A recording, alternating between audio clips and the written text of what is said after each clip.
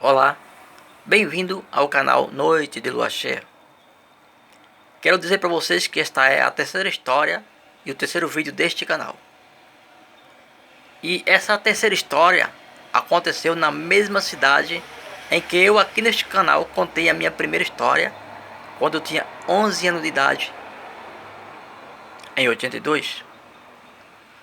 Na época, nossos pais se mudou da primeira rua e fomos para a segunda rua, que era um sítio. E o sítio na época chamava Sítio de Seu Jorramo. Esse sítio na época, ele existia muitos pés de manga, inclusive manga espada, manga rosa, manga coco e manga ourinho. E lá não existia energia na época porque era a base de candeeiro, em 82 mais ou menos. Era a base de candeeiro o sítio. Já no centro de São José já existia energia elétrica, mas no sítio não havia energia elétrica. Era a base de candeeiro. E nesse sítio, ainda lembro como hoje, eu como menino naquele tempo, eu subi todos os pés de manga dali. Tá. Mas o dono do sítio, ele deixava nós subir qualquer pé de manga. O que eu citei aqui. Pé de manga espada, manga rosa e manga coco, nós subia. Mas tinha um pé de manga chamado manga ourinho. Pra quem não sabe, manga ourinho, ela é bem amarelinha da cor de ouro. E esse pé de manga ourinho só nasce mais em praia. Em cidade ela não nasce porque ela é da praia. Manga ourinho, ela é bem docinha. E na época, quando o seu Jorramo via muitos rapazes subindo no pé de manga para tirar essa manga, ele corria com uma garroncha que ele tinha. E na época, uma garroncha daquela tem 2 canos. Ele dava tiro para cima para nós correr. Ele não atirava em direção a nós, ele atirava para cima. Aí nós com medo corria, né? Ele não queria que nós subíssemos porque esse pé de manga era visitado por muitas pessoas ricas que fazia venda dessas mangas, né? Pessoas vinham de Recife com a picape, ainda lembro que as picape antigas, e as picape ia cheia para Recife de manga ourinho. Essa manga era cara na época. E esses pés de manga ourinho ainda existem em praia. Poucos pés de manga, mas ainda existem ainda. Então, hoje eu vim contar aqui a história de Seu Piscinunga. É uma história pequena, galera, mas é uma história real. Eu não vim aqui alterar, nem vou alterar a história para ficar maior. Não adianta, porque não vai ficar original. Então eu vou contar uma história pequena, mas é uma história verídica. A história de Seu Piscinunga. Naquele ano de 83 mais ou menos, né? Ele resolveu nos contar uma história, porque todas as noites o sítio não existia energia elétrica. E eu e meus irmãos, nós costumávamos ir para casa dos mais idosos para ele nos contar a história, né? E todas as noites a gente ia para casa do Seu Piscinunga e outros irmãos que tinham lá. E o Seu Piscinunga naquela noite resolveu nos contar uma história. Eu vim contar hoje uma história pra vocês que eu nunca contei pra vocês. Eu vou contar o que aconteceu comigo aqui um certo tempo aqui. Um certo tempo, tá? Aí ele começou a nos contar. Disse, olha, faz muitos anos que eu moro aqui nesse sítio. Muitos anos. Eu nunca vi nada nesse sítio. Nunca cheguei a ver nada de assombração nem nada.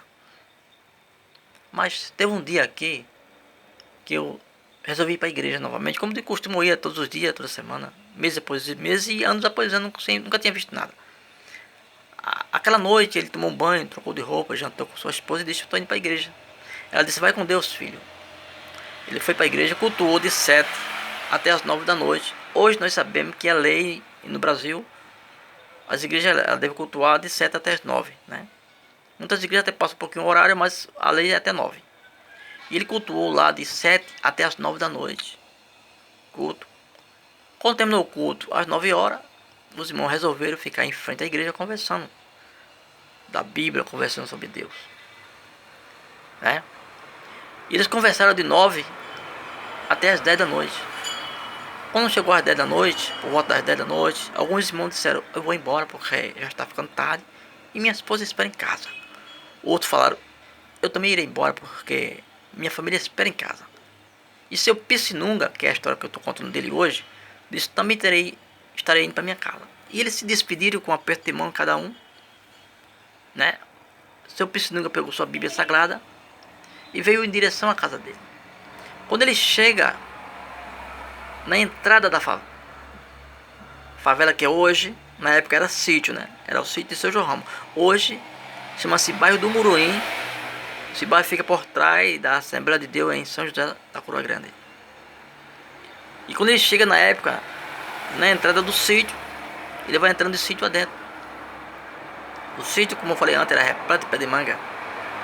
Quando ele chegou mais ou menos no meio do sítio, ele pôde ouvir um rugido, como se fosse um rugido de um leão.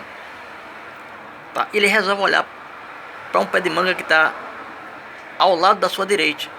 Olhou para baixo e ele pôde ver um bicho muito grande, preto e todo cabeludo. E os olhos dele era como se fosse uma brasa de carvão. Vocês sabem, quem já fez fogo de carvão sabe que quando o carvão esquenta, que pega fogo, aquelas brasas ficam toda acesa vermelha, não é isso? Era a mesma cor dos olhos daquele lobisomem. E aquele lobisomem olhava para o nosso irmão Pissinunga, rugindo como leão, ciscando umas folhas que estavam embaixo do pé de manga, aquelas patas dele, aquelas garras, e ciscava aquelas folhas embaixo do pé de manga, rodeava o pé de manga, rugindo como leão e querendo partir para cima do irmão. O irmão, ele levou os pensamentos ao céu, colocou sua fé em Deus e resolveu não olhar para trás. E o bicho começava a rugir e depois começou agora a urrar, aquele urro tenebroso. Ele disse: eu confesso que eu sou evangélico, acredito em Deus, mas eu senti um pouco de medo, porque ele só estava sozinho naquela noite, tudo escuro. Como eu falei, que o sítio não havia energia elétrica, não é isso? Então ele teve um pouco de medo, mas confiando em Deus, não resolveu olhar para trás, foi em direção à casa dele. Chegando na porta da casa dele, ele bateu na porta, sua esposa abriu, cumprimentou, ele entrou para dentro. Chegou dentro da casa dele, ele explicou tudo a esposa que viu. E como eu falei, o sítio era escuro e era silêncio também, né? Tava silêncio, já era tarde, 10 da noite. E o sítio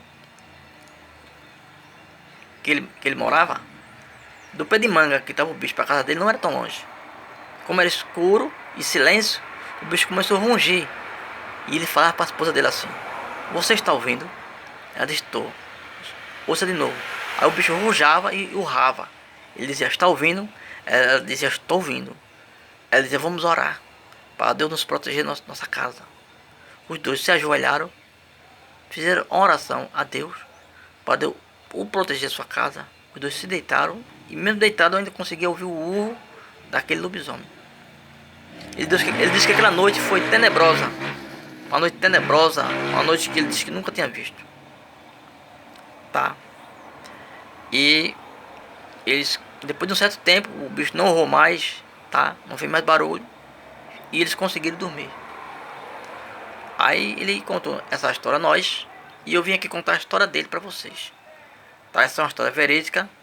Tá? Não tô querendo fazer que vocês acreditem a pulso. Não. Cada um tem sua opinião.